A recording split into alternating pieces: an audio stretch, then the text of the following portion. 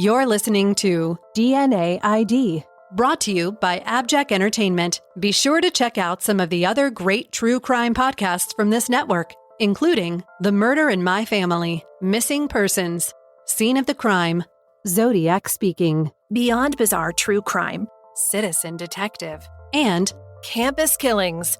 All of these podcasts are available for you to binge on right now, wherever you listen to podcasts. Subscribe where you're listening to this podcast so you don't miss an episode.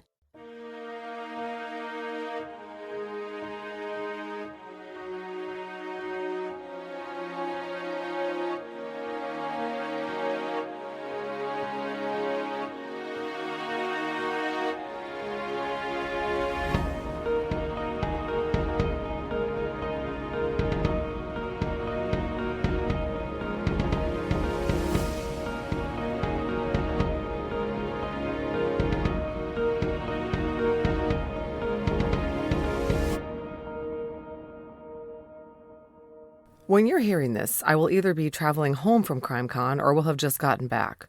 We all love Crimecon, but it takes a giant chunk of time out of our daily lives to travel to and from and attend the 3+ day event. Both I and my partner Mike Morford, who does all the editing and sound for the show, were both out of pocket for more than 5 days altogether. DNA ID is an independent show, meaning we don't have a production team to handle things while we are out of pocket. For that reason, there isn't a brand new episode of DNA ID this week. Instead, I'll be playing an episode from very early in Season 2, one of my favorite cases, Troy and LaDonna French. I'll be back next week with a new Doe episode, and then in 2 weeks with a brand new full-length episode of DNA ID. Episode 32, Troy and LaDonna French. It was 2012. I know, much more recent than the vast majority of the crimes I've covered to date. At 2:12 a.m. on the morning of February 4th, a 911 call came into the Rockingham County, North Carolina Sheriff's Office. The cell phone caller, a woman, was hysterical, screaming and unintelligible. I'm going to play an excerpt. You might want to turn your volume down a little bit because the audio could be jarring. Right, I'm getting 911.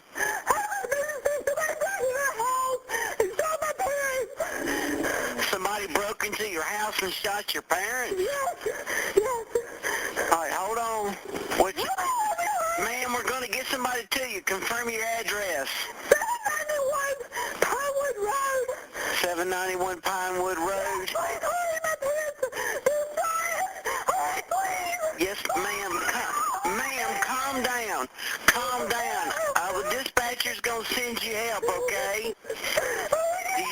Do you have any idea who it was? No, they came in my room and they started jumping on me and they were trying to cover my mouth.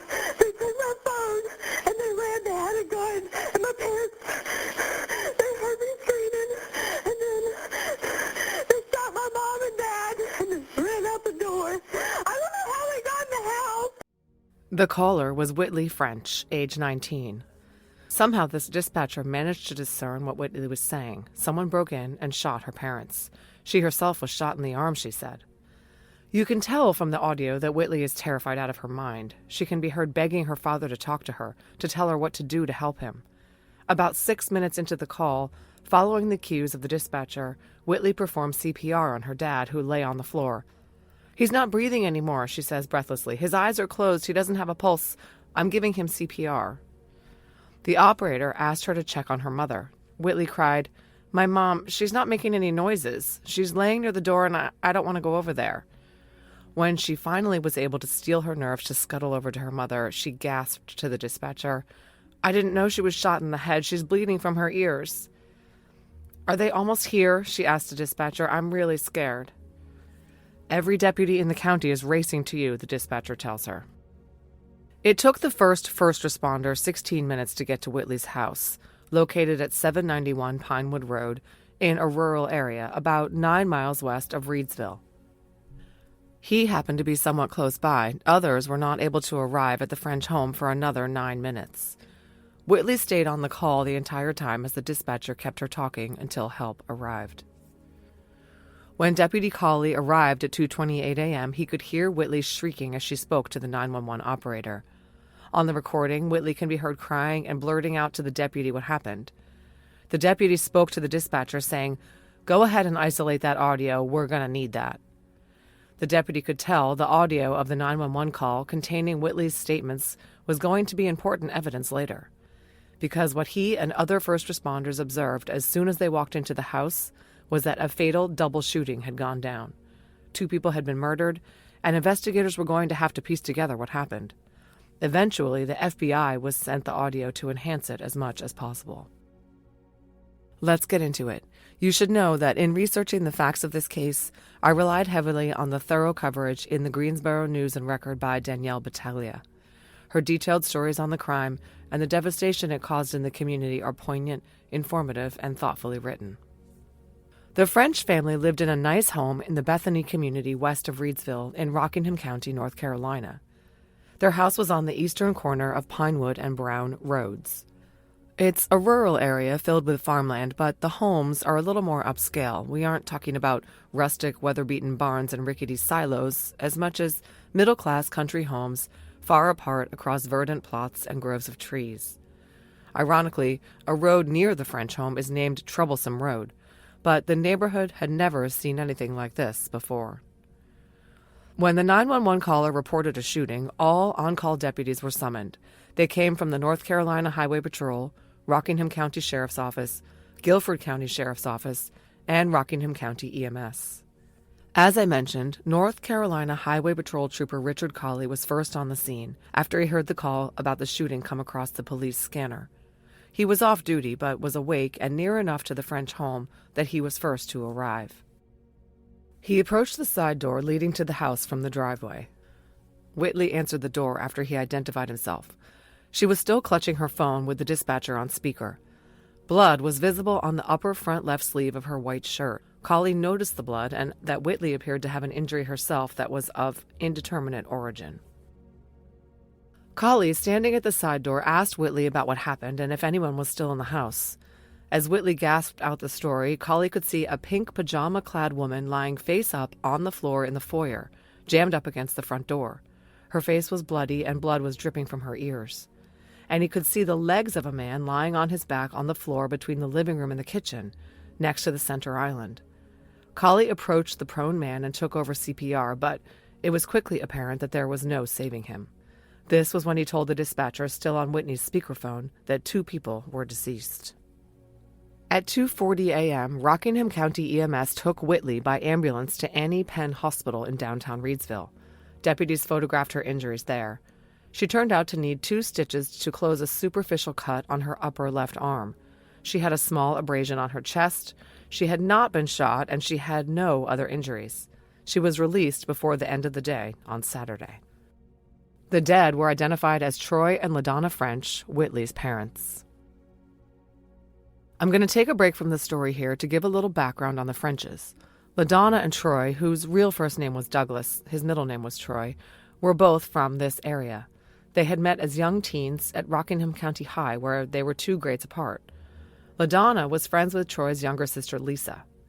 Troy was an athlete, playing baseball and basketball and working long hours on his father's farm.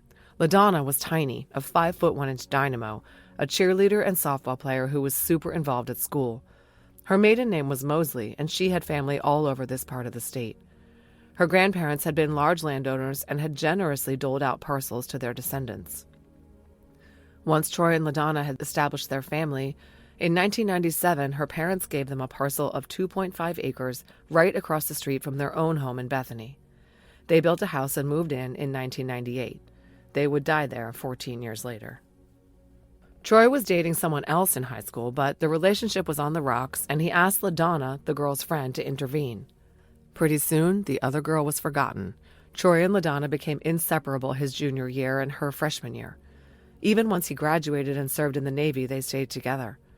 LaDonna graduated and started classes at UNC Greensboro, but their wedding interrupted her plans to be a teacher. In 1985, they were married at the church right down Brown Road from where they ended up living, and they joined the congregation. They were God-fearing folk who attended church every Sunday and were beloved by the church community. I will say that their religious and personal views are considered somewhat dated. For years, they attended a fundamentalist church which embraced a literal interpretation of the Bible, including its tenets that women should be submissive to men. At the time of their deaths, Troy was 48. After serving in the Navy for 10 years, during which decade he and LaDonna had lived in Norfolk, Virginia, he had been employed by Duke Energy for 22 years. 45-year-old LaDonna worked at Shapiro Eye Care Clinic in Reidsville. They had been married 26 years. Whitley was born in 1992, and her baby brother Hunter 5 years later. The Frenches were devoted parents, committed to their kids and their family, attending all the sporting events and concerts that parents usually go to, and doing everything together. Troy built model NASCAR cars and loved the Tar Heels. LaDonna loved to shop and decorate. In short, they were the classic all-American family. They had no secrets and no drama. Their funeral was attended by hundreds, none of whom could imagine who would have wanted to kill them. They were buried on February 8th at the same place where they had been married, Sharon Baptist Church. As for their kids, Whitley had graduated high school and enrolled at ECU. While at Rockingham High, she was very active, playing basketball, volleyball, and soccer. She had lots of friends and was popular. She also had a boyfriend, whom we will discuss later. Hunter, Whitley's little brother, was your average 14-year-old boy. He was sporty and a Boy Scout. On the night of the shootings, Dawn and Nancy Mosley, LaDonna's parents, were asleep in their home. Their house was right across the street from the Frenches. Before 3 a.m., Dawn was awakened by blaring sirens and lights that came to a stop at the intersection just outside the house. At first, Dawn assumed it was a car accident. They were fairly common at this intersection of two dark, rural roadways. But when he looked out the window, the sheer number of emergency vehicles and no evidence of any crashed vehicles made him question this. He threw on some clothes and went to his daughter and son-in-law's house to see what was going on. Cops stopped him at the perimeter and told him just that his granddaughter had been taken to the hospital. He headed up to Annie Penn. Troy's brother Craig French was awakened by a call from their sister Lisa French Moore. She told him there was a break-in and Troy had been shot. When Craig arrived at Troy's house, a deputy told him bluntly that the homeowners were dead. He headed up to Annie Penn Hospital, where he met up with Lisa and her husband, and Dawn Mosley, and Anne French Fawcett, Troy, Craig, and Lisa's mom. They were all completely bewildered by the abrupt tragedy that had befallen their family. In fact, it was incomprehensible. After some discussion, Craig and Lisa and their significant others got in the car and drove 2 hours plus to Goldsboro.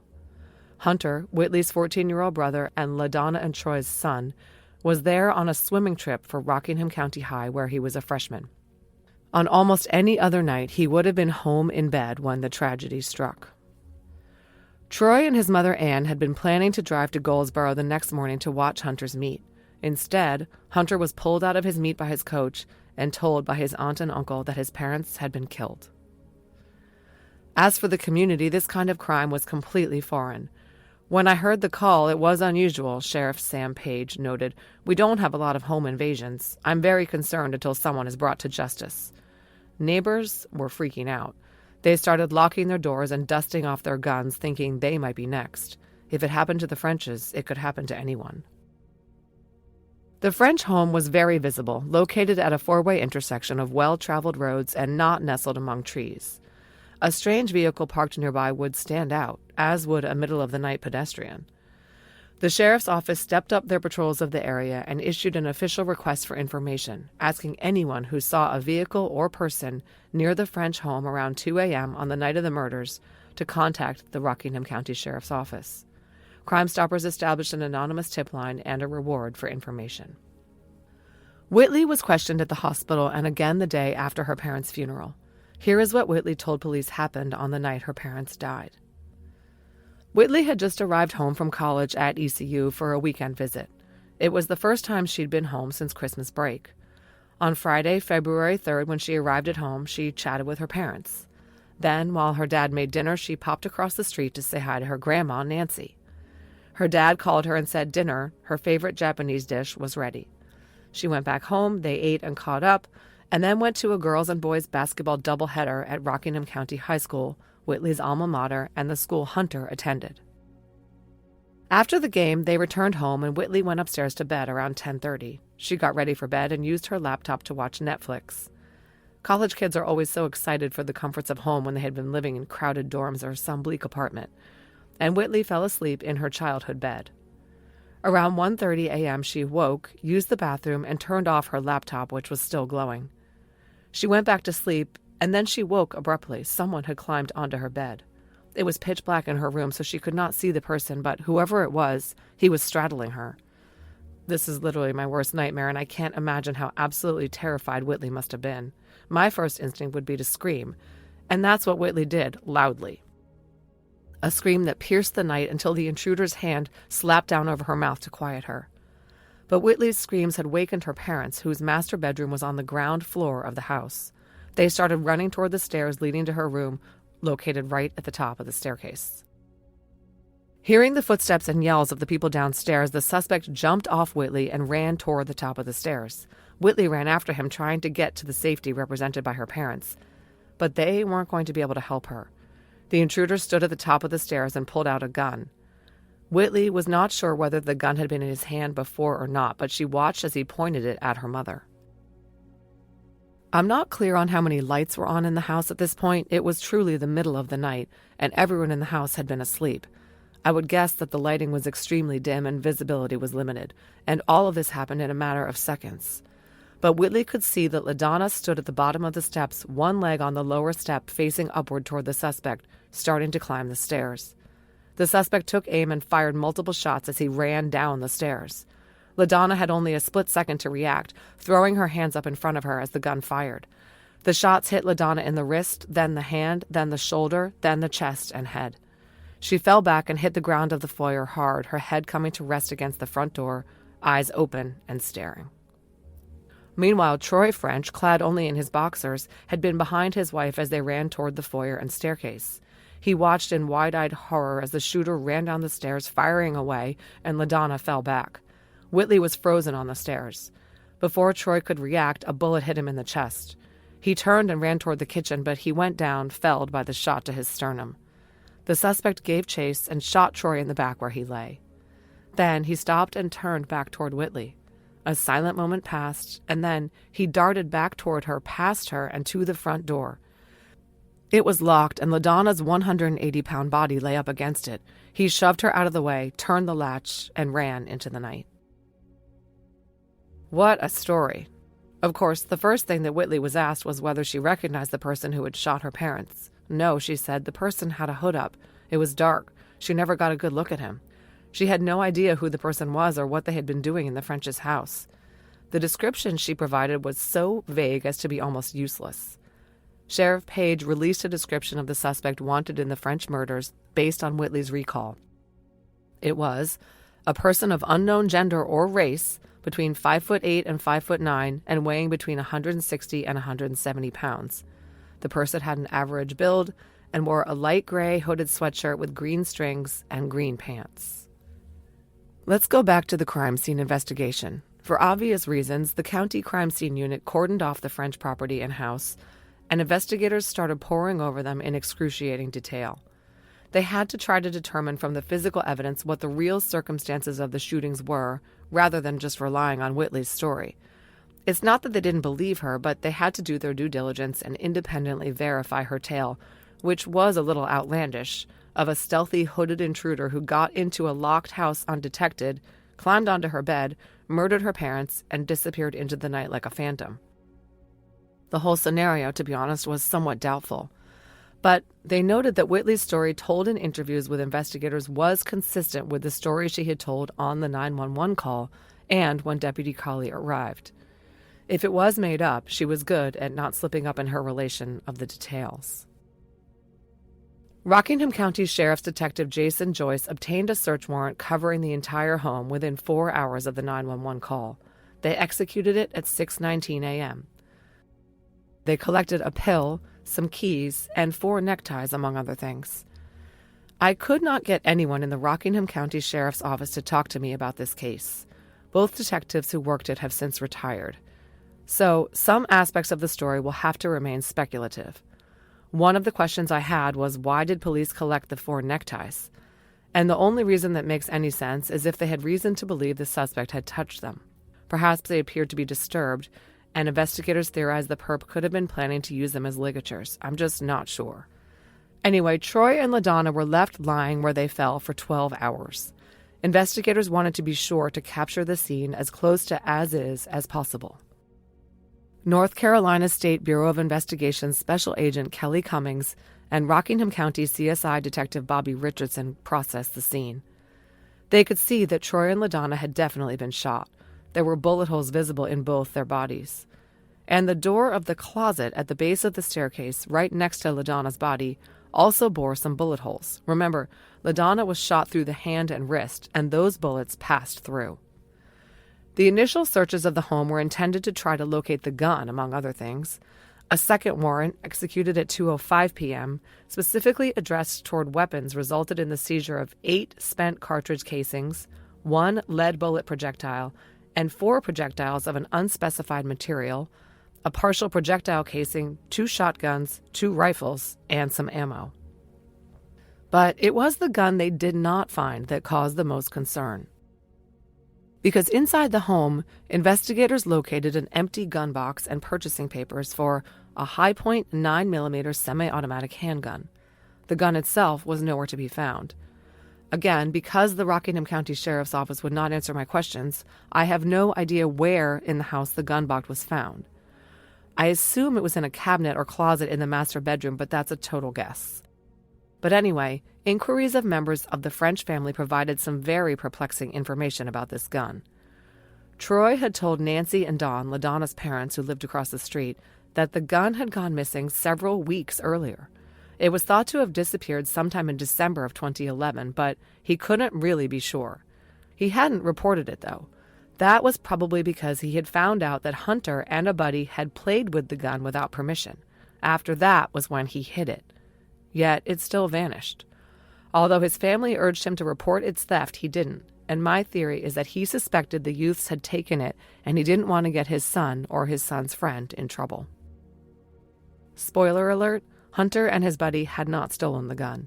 Its disappearance was completely inexplicable. Beautiful Anonymous changes each week. It defies genres and expectations. For example, our most recent episode, I talked to a woman who survived a murder attempt by her own son. But just the week before that, we just talked the whole time about Star Trek. We've had other recent episodes about sexting in languages that are not your first language, or what it's like to get weight loss surgery. It's unpredictable, it's real, it's honest, it's raw. Get Beautiful Anonymous wherever you listen to podcasts.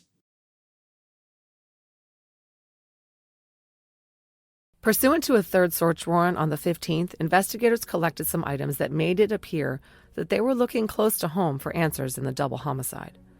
They seized LaDonna's purse and Troy's wallet, a thumb drive, a digital camera, an iPod and cell phone, and Whitley's laptop. They also collected fingerprints from Whitley, Hunter, and both deceased parents for comparison purposes. While the first searches were still going on, Sheriff Page addressed the throngs of media that had materialized outside the home. The rumored double homicide was big news in these parts, and reporters were eager for details.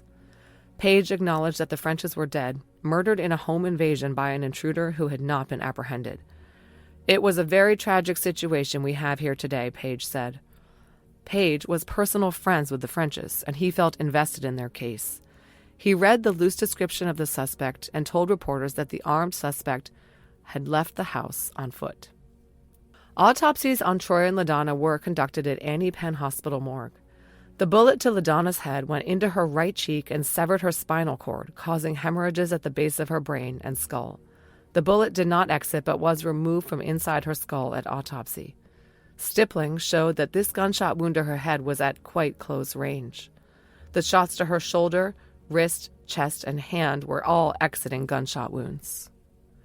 As for Troy, the bullet to his chest traveled right and downward at a 45-degree angle, cutting through his left lung, heart, diaphragm, and liver before burrowing into his abdomen.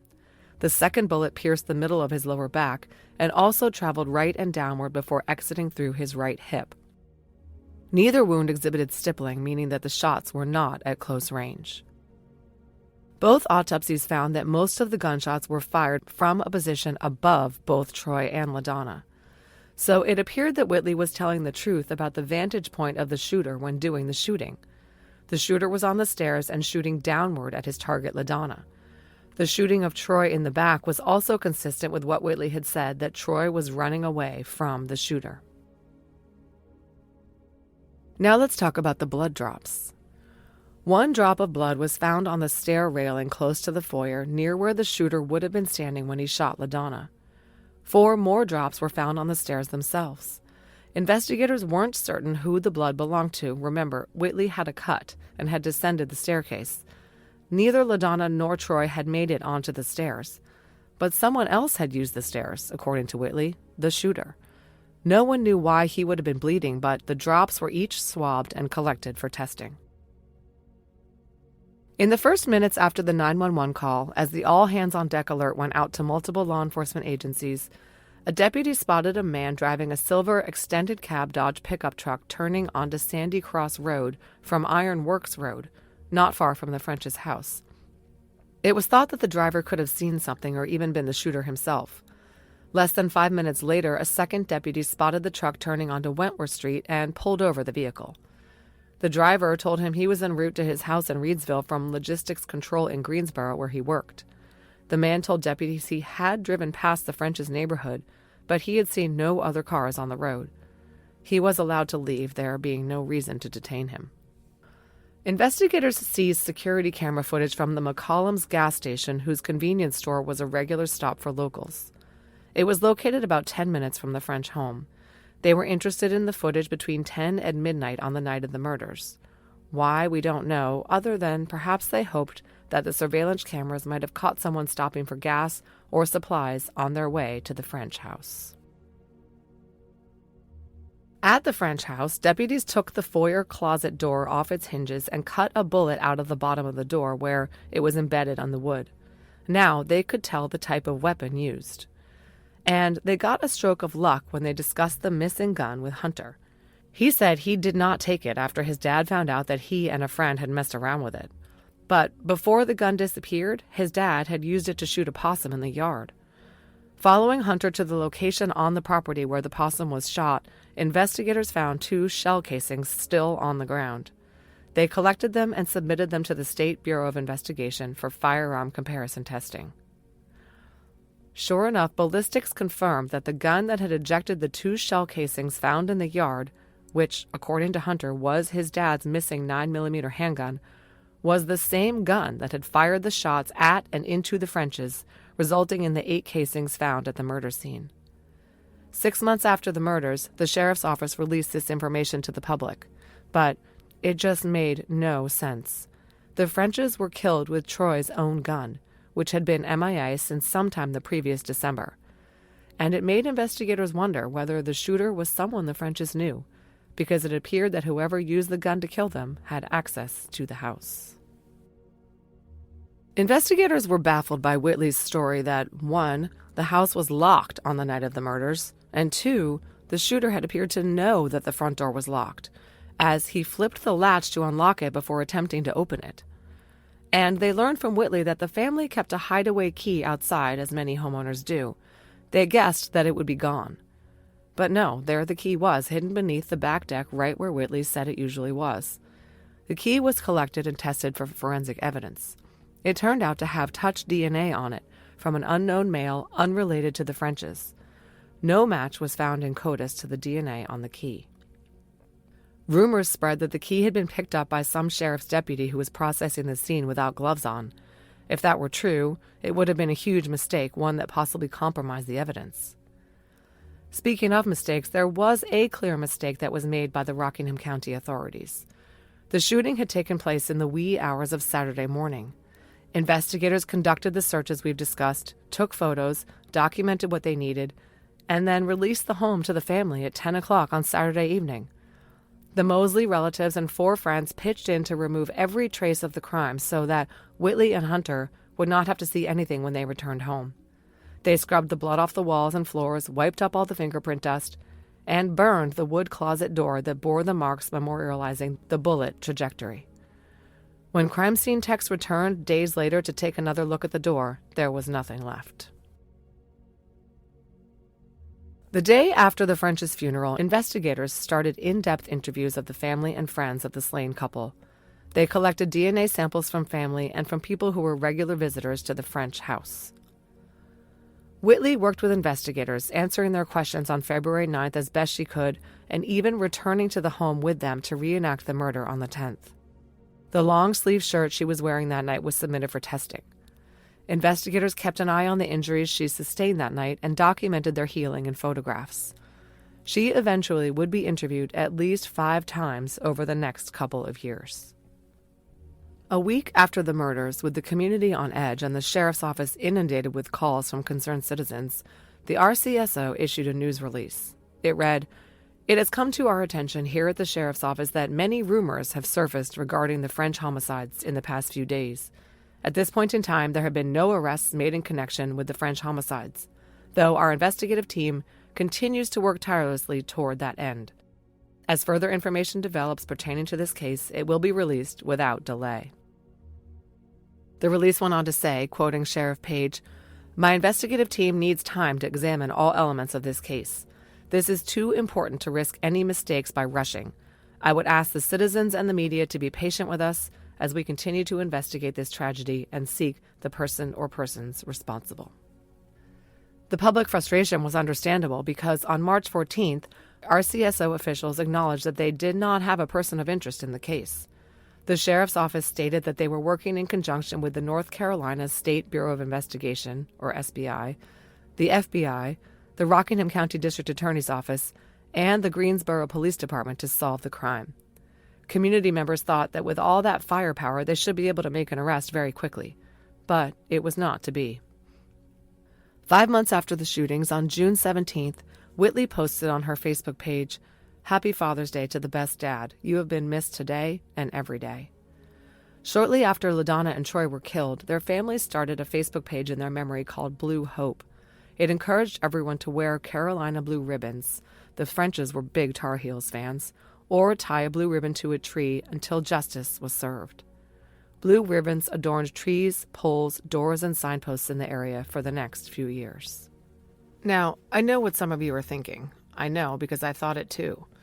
Whitley's parents were dead, and she survived with minimal injury and was able to call for help. And she related a kind of dubious tale about what had happened. All of us cynical true crime folks have heard of too many cases in which angry, rebellious, covetous teenagers murder their parents and try to cover it up. And insidious rumors started snaking through the Rockingham community, in part because of the number of searches of the home and the intensive questioning Whitley was being subjected to. But mostly because there were whispers about Whitley's boyfriend and that LaDonna and Troy had not approved of the romance. Let's take a look at Whitley's relationship with John Alvarez. Whitley began dating John Alvarez at least 2 years before her parents were killed. Reportedly, they posted about their relationship status for the first time way back in 2010. They had met at Rockingham High School, where John was a year ahead of Whitley. And John's best friend, C.J. Banner, lived across the street from the Frenches, so John spent a lot of time in Whitley's neck of the woods. John himself grew up one of the 4 sons of Jose Sr. and Elaine Alvarez, who ran a landscaping company and raised their family in Stokesdale, 9 miles from the French's house. There are reports that LaDonna and Troy didn't approve of Whitley dating John, or at least they felt that the couple moved too fast. Also, John was of a different religion than the Frenches, and Whitley's parents were not thrilled about this. And Whitley and John began to look like they were in it for the long haul. LaDonna and Troy had hoped that Whitley would matriculate at the University of North Carolina when she graduated, but when John graduated first and moved to Greensville to study geology at East Carolina University, Whitley announced that when she graduated the following year, she would head to ECU as well. Her parents were not happy. They reportedly felt frustrated that Whitley was altering her life course for this boyfriend, and they did not want her ending up with him. Reportedly, there were arguments about Whitley's decision and about the relationship overall. After Whitley graduated, she was waitlisted at ECU until the spring of 2012 semester. She started taking classes at Rockingham Community College to build up credits for ECU. When it came time for the move to Greensville in January of 2012, LaDonna and Troy resigned themselves to Whitley's decision and helped her move into her new apartment and paid her tuition. John Alvarez had already been at ECU for 18 months and was living in some off-campus housing with some buddies. But privately, LaDonna told family members that she and Troy were considering cutting Whitley off and making her pay for her own college and apartment because they did not approve of her choices. Because not only had Whitley insisted on following her boyfriend to college, she was starting to talk about marrying him. It was just about a month after Whitley moved into her new apartment and started taking classes at ECU that she came home for a weekend visit with her parents. And the very first night of that visit, they were killed. You can imagine what ran through the minds of investigators when they discovered that Whitley and her parents were seemingly at an impasse, and Whitley was facing the possibility of being cut off financially. Perhaps, they theorized, she had come home for that weekend to hash it out with her parents once and for all. Nancy, LaDonna's mom, who was close to Whitley and saw her the evening of the shooting, told investigators that Whitley had told her she planned to settle things with her parents that very night. Investigators thought perhaps things had not gone Whitley's way, and perhaps Whitley, or someone she was in cahoots with, took matters in their own hands to get rid of Troy and LaDonna and the obstacles they presented to Whitley's independence once and for all. This was why investigators initially put Whitley directly in their crosshairs. She had motive, means, and opportunity. After all, they only had her word for it that there was an intruder that night. No doors or windows were found unlocked. Whitley could barely give them a coherent description of her attacker. She had sustained virtually no injuries. Hunter was conveniently not at home that night. And she had a beef with her parents and a trust fund. But Whitley told investigators that stories about her being at loggerheads with her parents were exaggerated. She said that 6 months before they died, they had started to come around to her plans to follow John to ECU. LaDonna helped outfit Whitley's new apartment, and she and Troy bought tees and sweatshirts at the ECU bookstore. But more than Whitley's word for it, there was some evidence that backed Whitley's original story up. Remember the 5 blood drops that crime scene techs had collected from the stairs in the French home? Well, this was 2012. In the old days before DNA, the police probably would have been very suspicious that Whitley herself had dripped this blood from the cut on her arm as she stood on the stairs shooting her parents. But after the shooting, they got a blood sample from Whitley and tested it against the blood on the stairs. The drops all belonged to the same person, not Whitley. The blood came from someone unknown to investigators. Whitley was telling the truth about the shooter being someone else. Sheriff Page held his second of 3 press conferences in this case in October 2012 and announced, quote, "Based on evidence collected at the French's home and analysis by the North Carolina State Crime Lab, it has been determined that a male homicide suspect left his DNA samples at the crime scene." The killer was a man. 6 months of swirling rumors about Whitley's involvement had done their damage, though. She stopped speaking to the media entirely, stopped posting on social media, stopped watching the news.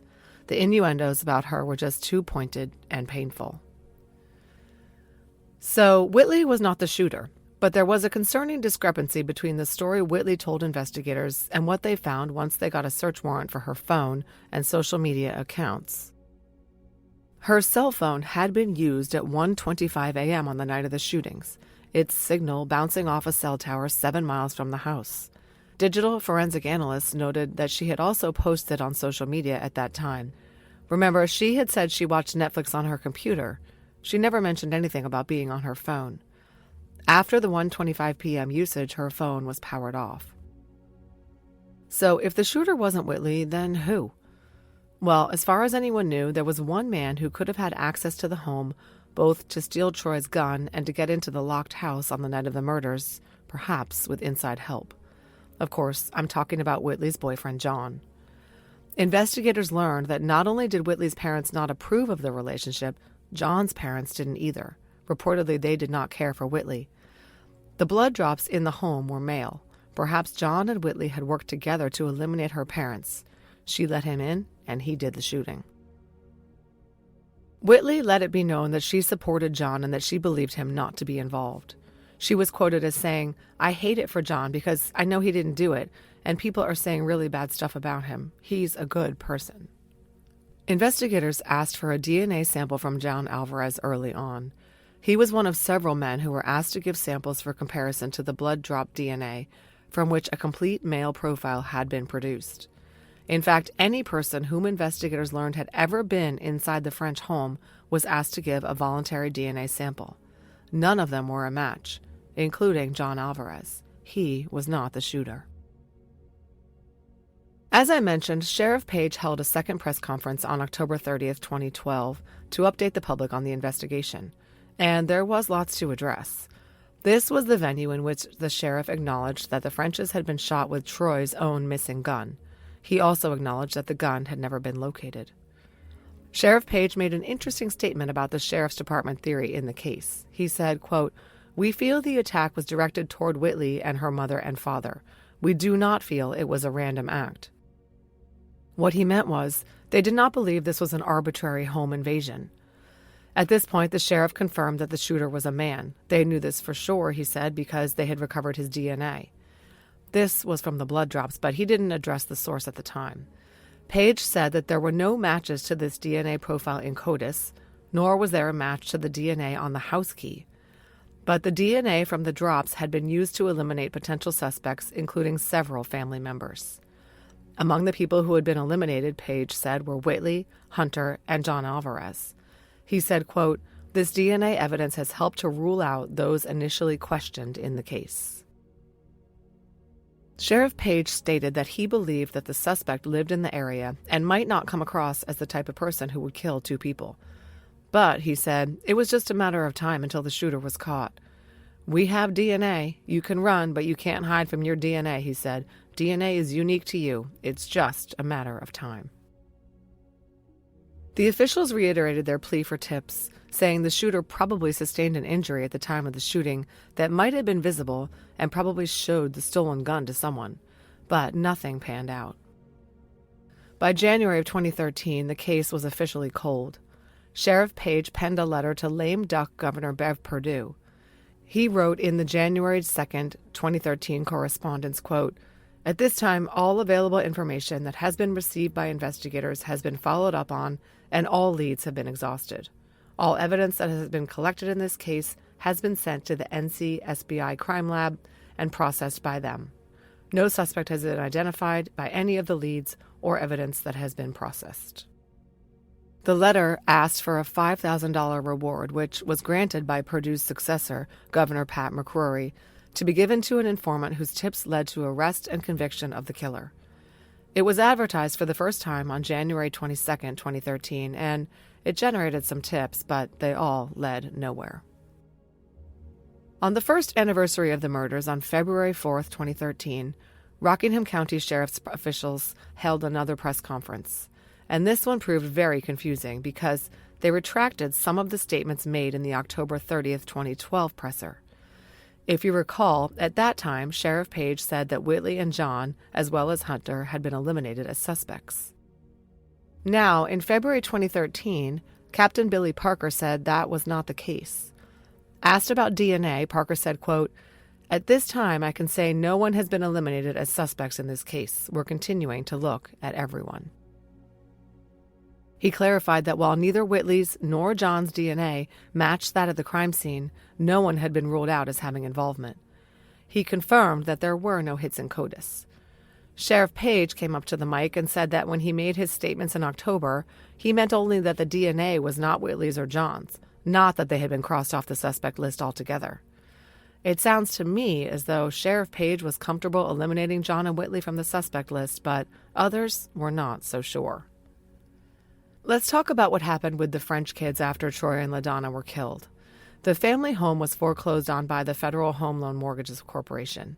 The house was sold to a private buyer in 2013. According to Danielle Battaglia's reporting, LaDonna and Troy French's will stipulated that Troy's sister Lisa Moore and her husband Todd Moore would get custody of Hunter, who was still a minor. Hunter tried out living with a few different family members and finally settled in with Troy's aunt and uncle, Faye and Carl Stone. He left Rockingham High and transferred to a private school in Greensboro. As for Whitley, she never wanted to spend another night in the home where her parents had died. She moved in with her dad's mom, Anne French Fawcett, and then eventually returned to ECU. Both kids would inherit their trust funds when they attained the age of 25. In May of 2015, Whitley and John tied the knot. The couple had weathered the tragedy that befell her family and continued to ignore their relatives who disapproved of the union. The wedding was at Summerfield Farms, and photos show Whitley and John beaming in the gorgeous outdoor setting. Hunter escorted his older sister down the aisle. A minister from the conservative Reedsville Bible Chapel officiated. It was a formal affair, with Whitley in a traditional wedding gown, her bridesmaids in navy strapless dresses, and John and his groomsmen in light gray suits. Photos show everyone looking happy and having fun. But casting a pall on the whole event were the 2 empty seats Whitley had reserved in the front row, with photos of Troy and LaDonna on them. They would so have cherished seeing their only daughter walk down that aisle. Some people whispered that it wasn't appropriate for Whitley to have such an elaborate wedding with her parents' murders remaining unsolved, but she could not wait forever. For the investigation, which had now cycled through several lead detectives and outlived the career of one district attorney, showed no signs of progress. Binders of materials accumulated and thousands of man-hours were expended. And a lot of DNA samples were collected and compared to the suspect sample. This from the Parabon case summary for the French case. Quote, "We swabbed a lot of people," says Captain Tammy Howell of the RCSO. "Early on, if there was a remote chance someone could have been connected to the crime, we asked for a swab." In fact, in the first 12 months following the crime, over 50 subjects consented to provide a DNA sample. None of the samples matched the perpetrator. By the time the crime was solved, 65 DNA samples had been collected and tested. The Rockingham County authorities said that they collected samples from everyone they could think of who had access to the French home or property. This included some members of the Alvarez family, such as John and his mother Elaine. The crime lab ran each of those against the suspect's sample to no avail. None matched. On the 3rd anniversary of the murders, February 4th, 2015, there was no progress to report. Whitley went ahead and got married. Behind the scenes, the French family was frustrated and fed up with the seeming lack of progress. They began to work to raise money for a more substantial reward, hoping that would jar loose some helpful tips. As they did so, the sheriff insisted that behind the scenes they continued to work the case. He said, quote, "We are actively seeking out and investigating new leads in this case, and we will not give up until it is solved and arrests have been made." Well, he meant business. By August 2015, there was news. As we know, there was no match in CODIS or among family members or anyone else tested to the DNA extracted from the blood drops, which everyone believed came from the killer. No one knew how he would have cut himself, but possibly somehow he nicked himself with whatever blade he had used to cut Whitley's arm. The next step was to conduct partial DNA matching. North Carolina is not a familial DNA state. As you'll recall from my episode on Evelyn Derricott, which is Season 1, Episode 18, familial DNA searching is the process by which searches of the state's criminal DNA database look for close relatives of an unknown suspect based on similarities in their DNA. If a hit is obtained, the investigators know that their unknown suspect is related to the name in the criminal database. This can lead to the name of the killer once the known criminal's family tree is fleshed out. Partial DNA matching is largely the same thing, but is a more general term, at least the way it was utilized in this case. We know that the North Carolina State Crime Lab had already compared the suspect's DNA to 65 people looking for a direct match and found none.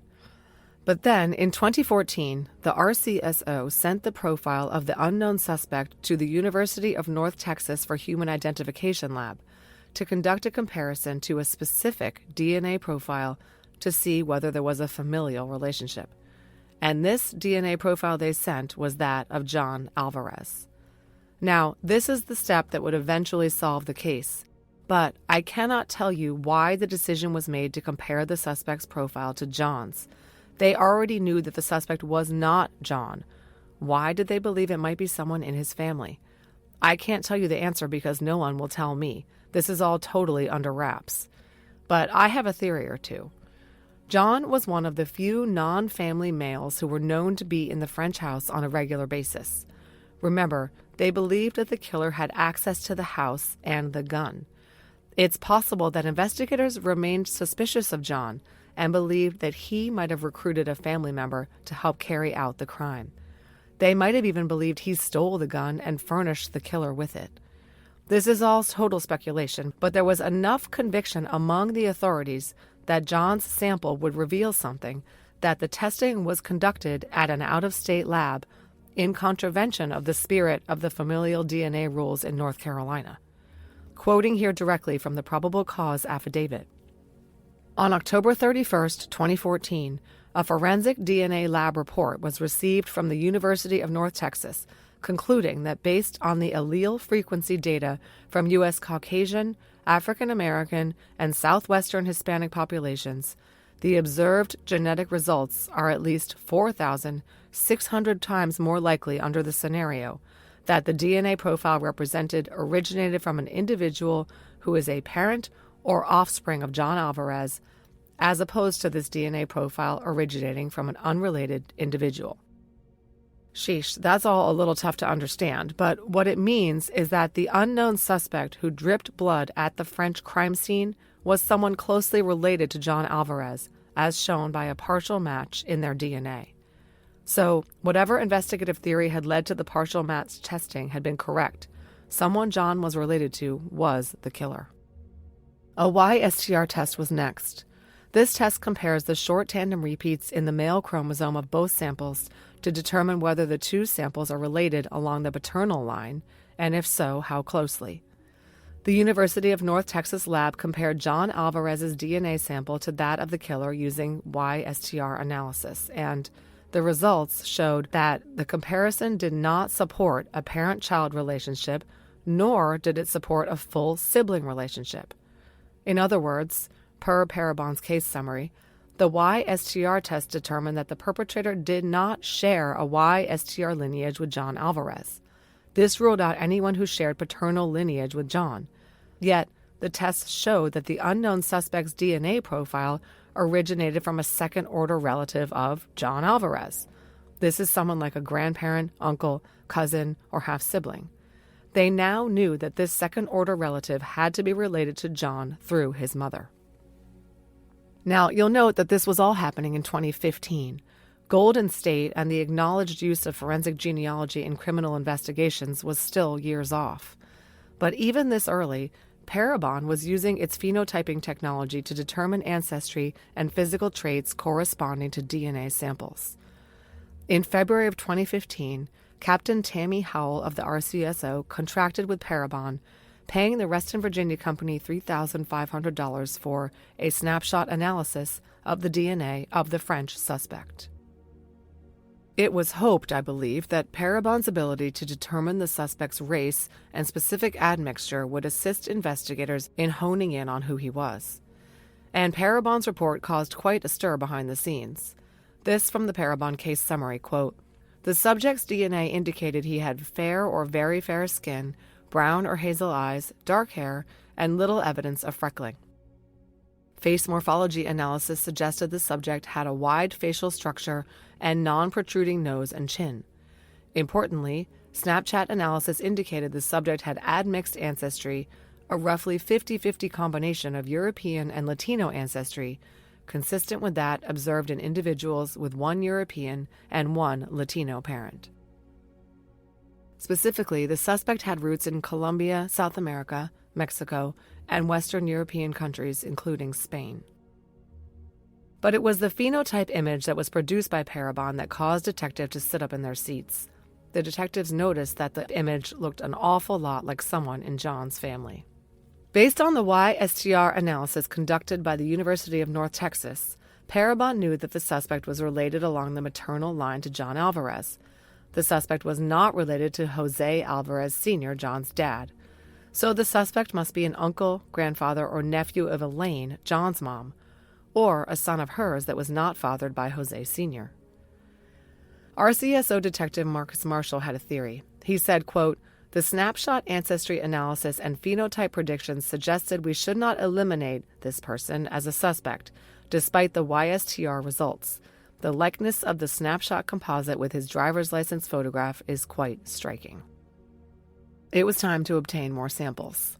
On May 11, 2015, Detective Marshall and Detective Ed Smaldone went to the Alvarez family home on Friddle Road in Stokesdale and asked for and received buccal swabs from both Jose Alvarez Sr.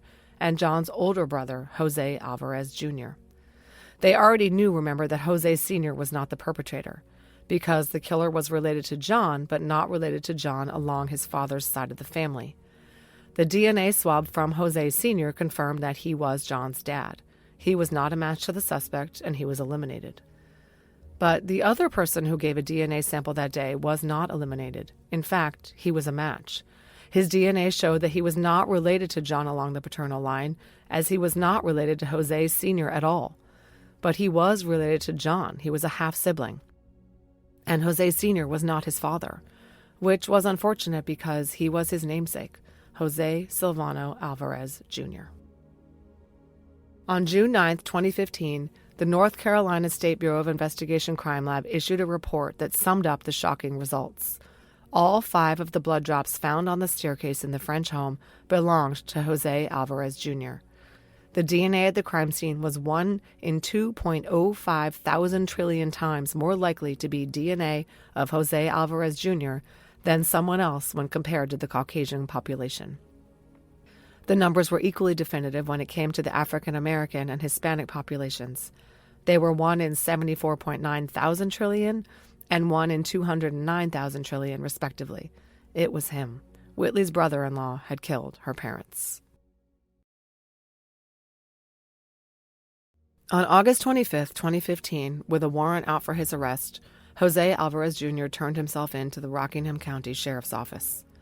Sheriff Page held a press conference announcing the news. He said, quote, 3 years ago, I made a promise to the families of Troy and LaDonna French that the Rockingham County Sheriff's Office would not stop until an arrest was made in connection with the murder of their loved one. Today, we made good on that promise. Sheriff Page would not answer questions as to whether Alvarez had acted alone, and District Attorney Craig Blitzer would not address investigators' theory of the crime or speak to motive. We have not developed a motive at this time, he said. I don't need a motive to prosecute Mr. Alvarez.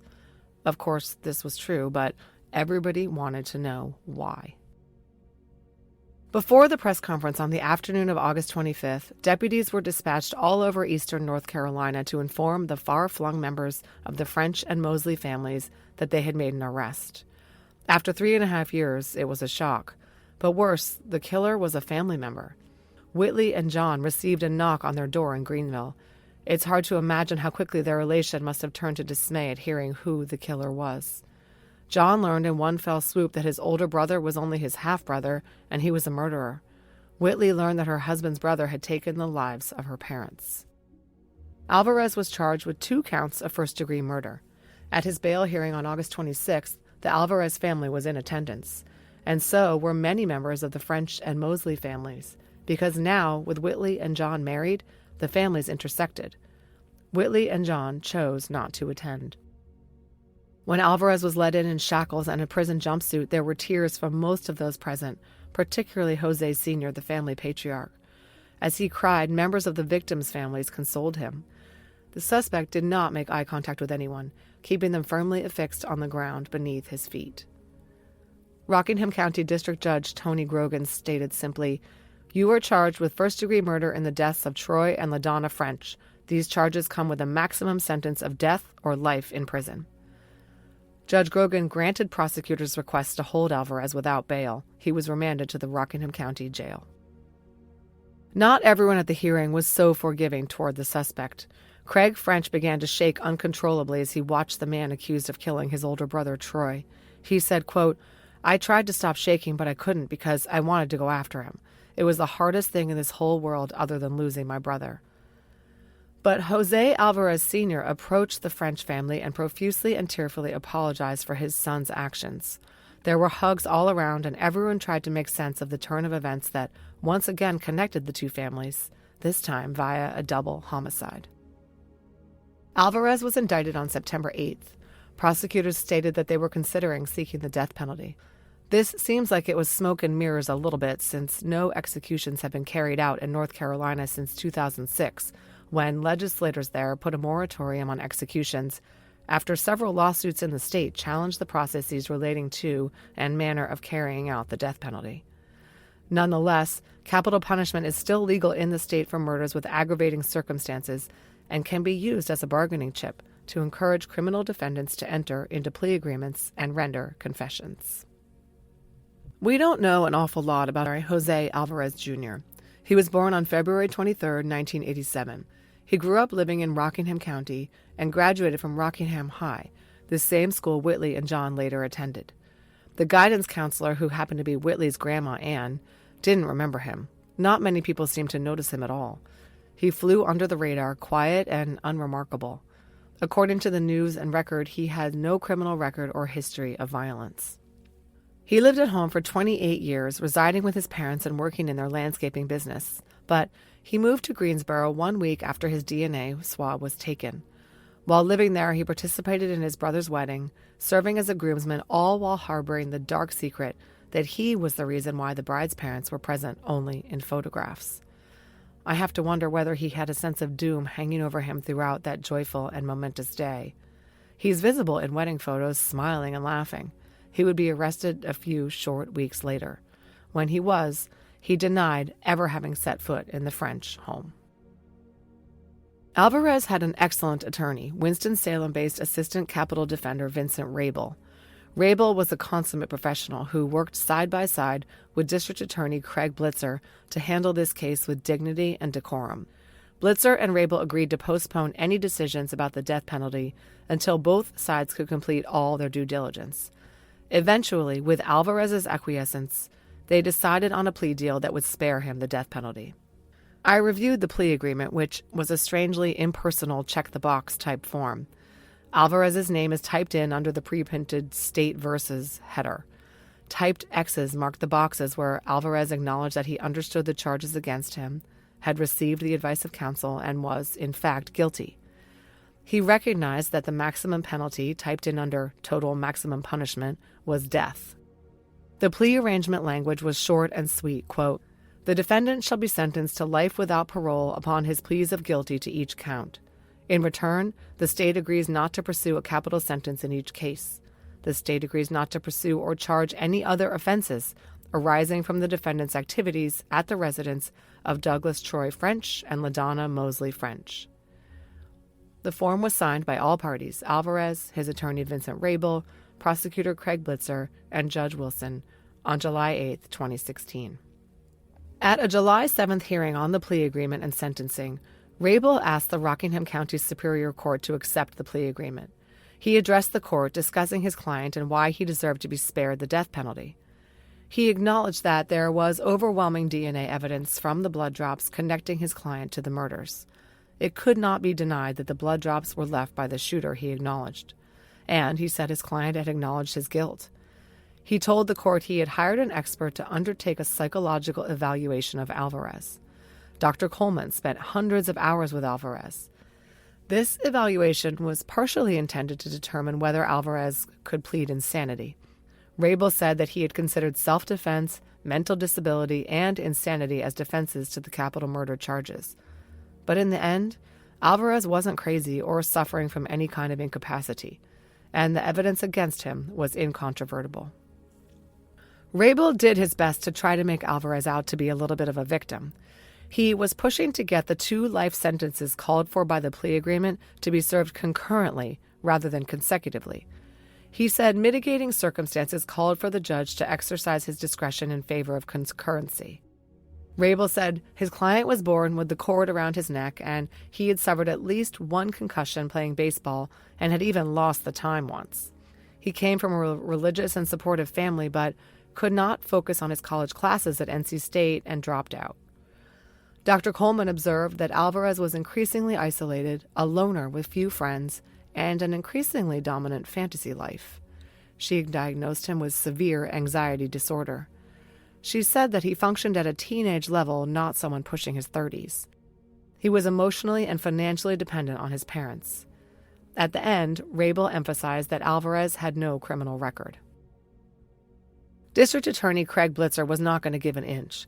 Alvarez, he said, did not deserve any leniency. He didn't own up to the crime. He got caught after great time and expense was expended on the case. Even after he was brought into the station, he denied it all. When he took a polygraph, he still denied it. And even after they arrested him, he didn't accept responsibility.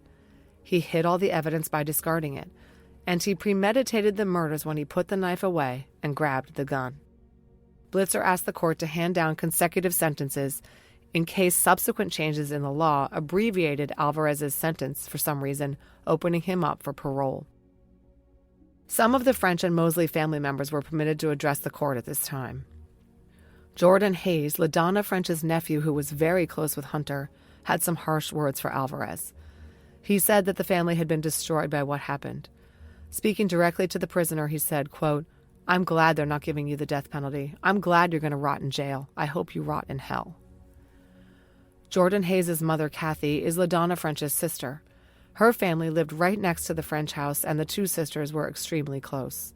She said to Alvarez, quote, "You have destroyed our family. I live right by their home, and I drive by there and their grave sites every day." She talked about how Whitley had missed observing so many milestones with her parents, taken away from her and Hunter by Alvarez. Kathy also said that it was because of him that the community blamed Whitley and John. "You have made your own family suffer," she said. "I love your parents and brother, but you have broken their hearts." Craig French, so angered by the murder of his brother, said he had thought constantly about ways of killing Alvarez. But now, he said, he was able to forgive. This feeling was echoed by Anne French, Troy's mom. "We are thankful that the French family is free from anger, hatred, and all that could hold us bound in this horrible state," she said in court. "Know that you are forgiven." Alvarez was permitted to make a statement in court. "I do regret what happened," he said. "If I could take it back, I would. If I could change something, I would. All I could say is, I'm sorry. That's all." Judge Ed Wilson was inclined to accept the plea agreement, saying that it allowed the family to avoid a trial and possible appeals, and perhaps to begin putting it all behind them. He sentenced Alvarez to 2 consecutive life terms in prison without an opportunity for parole. "You will die in prison," Judge Wilson told him. Alvarez is now serving out his sentence at Central Prison in Raleigh. Full disclosure by Jose Alvarez Jr. of what exactly went down on the night of the shooting was one of the requirements of the plea agreement. Everybody wanted to know, how the heck did all this happen? Why was Alvarez in the French home that night? How did he get Troy's gun? Why did he kill LaDonna and Troy? And why didn't Whitley recognize him when he climbed onto her bed? Remember, Whitley's description of the suspect was about 5'8". Alvarez is about 5'3". She said he was 160 to 170 pounds. He is diminutive and thin, 140 on a good day. This is a good illustration about exactly how unreliable eyewitness accounts can be. Whitley knew him, and in the dark, chaotic, and fleeting incident, she failed to recognize him. And he took on much larger proportions in her mind than in reality. Fear can do that to a person. But there was another reason she failed to recognize her boyfriend's brother. He was wearing a mask. She never saw his face, but she didn't know why she never saw his face, so she never told the police that the intruder was wearing a mask. So what was Alvarez's connection to the French family, and why was he in their home creeping around in the middle of the night wearing a mask? Of course, his brother was dating Whitley, but Alvarez was 4 years older than John, and his being his brother would not necessarily mean that he was known to or familiar with the Frenches. However, Reedsville is a small community of just 15,000 where many of the families know each other, whether from church, school, or community involvement. And investigators found that Alvarez had been hired by Nancy, Troy's mom, to care for her rose bushes. This was at the house across the street from the Frenches. She told the News and Record, quote, "He was as nice as he could be and quiet." Nancy and her husband Don had become friends with Alvarez's mom Elaine after the murders. She stopped by to express her condolences, and they hit it off. Of course, this was years before any of them knew that her son was Troy and LaDonna's killer. The Alvarez's 2 younger sons also played baseball and often chatted with members of the Mosley and French families in attendance to watch Hunter in the bleachers. After the news came out that her son murdered Anne French Fawcett's son, Elaine said, "My heart goes out to them," and commented on how hard this must be for the family. But that wasn't all. This was not a case where Alvarez for some reason targeted the French home that night, perhaps to rob the family he probably perceived as affluent. The truth was much, much weirder. It turned out that Alvarez was obsessed with the Frenches and their home. We don't know exactly when he first entered the house. It started when Whitley was at the Alvarez home where he lived, and she inadvertently left her driver's license behind. Alvarez noted her address, and he found a spare key the Frenches had hidden outside the house, because as a professional landscaper, he knew exactly where people typically hid their keys. Note to self, don't hide the key under the mat or a flower pot. Alvarez stole the key and copied it, replacing the original so no one would know. And while the family was sleeping on many, many occasions over the 6-month period leading up to the slayings, he would let himself into their home and silently revel in the comforts the house had to offer. Sometimes he entered when he knew no one was home, and sometimes he let himself in when he knew the residents were home. He crept in and actually watched the family sleep. He would dare himself to spend 5 minutes, 10 minutes longer in the house. And this is really odd. He smelled things. This from the statements in court. He was fixated on smells, defense attorney Vincent Rabel said. Quote, "The French house was a model home. Everything was new and freshly painted." And this is the weirdest of all. Alvarez really enjoyed the smell of the French's clothes dryer. I'm going to have to find out what kind of model they have. On one of Alvarez's clandestine excursions into the house, he stole Troy's gun. He had it with him on the night of the shooting for self-protection, he said. Of course, this illustrates that Alvarez was fully aware that what he was doing was wrong, illegal, and potentially could cause a confrontation. And it did. We learned from the courtroom statements that Alvarez didn't plan the murders. He didn't dislike or have any animosity toward the Frenches. In fact, as we now know, he seemed fixated on them instead. And on the night of the murders, just as in many nights previously, he entered the home knowing the Frenches were home. We know that Whitley was awake around 1:30 a.m. Remember, she was on her phone at that time. Alvarez entered her room just after 2. And when he did, he stepped on a floorboard that creaked.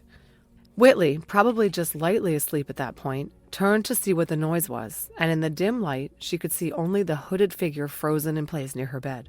And she did what any of us would do. She screamed. She pulled the sheet over her head and screamed and screamed. Her shrieks pierced the silent, peaceful night and woke up her parents downstairs. Panicked, Alvarez jumped on top of Whitley to shut her up and hit her arm with the knife he was holding, cutting her. When he heard Troy and LaDonna start to run, he jumped off Whitley and ran to the stairs to escape. But LaDonna was already at the base of the staircase, between him and the door. Alvarez fumbled to stow the knife, cutting himself in the process, and grabbed the gun. He fired, mowing down the parents, simply reacting to being caught red-handed and desperate to get out of the house. Blitzer said in court that, quote, "The motive in the murders was just escape from that house. It was not about an attraction to Whitley." After shoving LaDonna's body aside and unlocking the front door, Alvarez ran to his car parked on a dirt road that was somewhat hidden from view and drove off. He wasn't dumb. He immediately ditched the knife, gun, and bloody clothing he was wearing that night in a dumpster near his home. They were never recovered. This was why there was no sign of a break-in at the French home, and the killer had known that the front door was locked. He had a key and was all too familiar with the nocturnal locking up habits of the unsuspecting family. District Attorney Blitzer held a press conference after the sentencing. He emphasized the complexity of this case, with 324 pieces of evidence, 65 buccal swabs, and 4 DNA labs.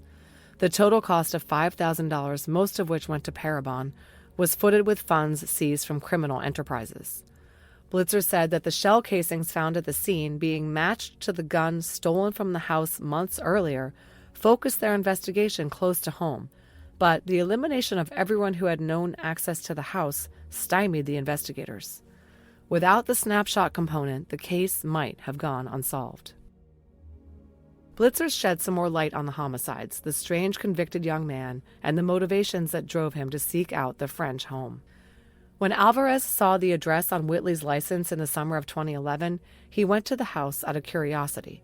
He quickly found the hidden key and sneaked into the residence. Inside, Alvarez became enamored by the newness, the organization, and the cleanliness of the home. He told investigators, quote, he was entranced by the nice things that Troy, LaDonna, Whitley, and Hunter had. Over the next 7 months, he sneaked into the house on numerous occasions. Sometimes he had been drinking. He was infatuated with the residents and their possessions. Blitzer described the double homicide as a simple crime of opportunity. Alvarez had no special feelings about Whitley. In fact, he had often entered the home when she was away at college. Alvarez's motive that night was simply to escape from the house. Blitzer stated that the BAU had posited from the intruder's transition from knife to gun that he was cornered and desperate to escape. Whitley was left alive simply because she was not standing between the killer and the exit, the front door. As we know, the key found under the deck was used by Alvarez to make a copy, but he replaced it and never used it again. The unknown male DNA profile on the key, which did not match the profile from the blood drops, did not come from mishandling by the RCSO, Blitzer said. Rather, the touch DNA is believed to have come from whatever hardware store clerk copied the key. As for why Alvarez locked the door behind him while he clandestinely walked around the house, he told investigators he always locked the deadbolt on the way in case the family woke up and checked the door. Now, there may be those of you who wonder, or perhaps even suspect, that Alvarez was the fall guy, that maybe Whitley and his brother participated behind the scenes, and that they used him to eliminate the Frenches, the perceived obstacle to their happiness. It seems convenient that Whitley couldn't identify the shooter, that Hunter wasn't home, and she wasn't really injured. I can't assuage your doubts, and I do believe that a lingering suspicion of John Alvarez is what led investigators to order the partial DNA match testing. But I can tell you that at the sentencing, both District Attorney Craig Blitzer and Alvarez's own defense attorney Vincent Rabel told the court that Alvarez acted alone. Rabel is a very well-known and effective defense lawyer. If his client could lessen his own culpability by placing the blame on some co-conspirators, Rabel would absolutely go for it. Why would Alvarez keep silent and take the fall for Whitley and John? The answer is he wouldn't. At the press conference, Blitzer took care to state affirmatively that the French case is closed. There is no evidence of any additional suspects, and authorities announced a complete and total exoneration of Whitley. Blitzer reprimanded the media and the public for pointing the finger at Whitley. He said that in her time of need, she was abandoned by the community and eventually driven out of state. She and John had moved to Texas after they graduated from ECU. Blitzer angrily cited a reporter who circumvented restrictions on communications with Alvarez and sent him a secret letter in prison, saying that she did not believe him to be guilty and offering to tell his side of the story. On the contrary, Blitzer said, Alvarez voluntarily gave a DNA sample, confessed his deeds as part of the plea agreement, and took sole responsibility for his crimes. Sheriff Page, a vehement supporter of Whitley's and John's innocence from the beginning, stated bluntly that there is zero basis to believe that anyone but Alvarez was involved. After just 4 years, the French case was closed thanks to partial DNA matching and DNA phenotyping. And if you're one of the bad guys, they're coming for you. Recently, I let listeners know about a new benefit available to them called an AbJack Insider subscription that's available through Apple Podcasts. An AbJack Insider subscription will give listeners ad-free access to every bit of DNA ID content published, both past episodes and future episodes. It will also give you benefits like early access and bonus content. Head over to Apple Podcasts and click on the DNA ID show page or the AbJack Entertainment channel to start a free trial. Thanks for listening to this episode of DNA ID. If you'd like to listen to the show ad-free and help support the show in the process, please head over to patreon.com/DNAID.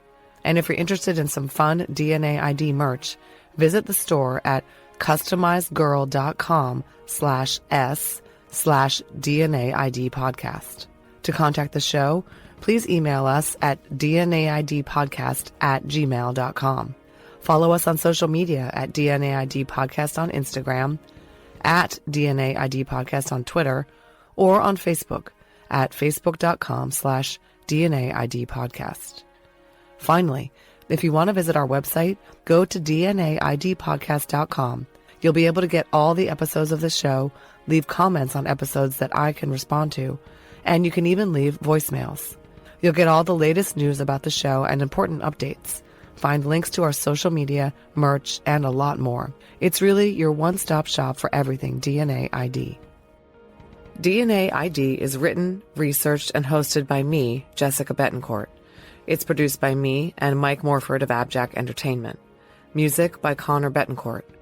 Check out our other collaborative podcasts, Scene of the Crime, Missing Persons, and Beyond Bizarre True Crime.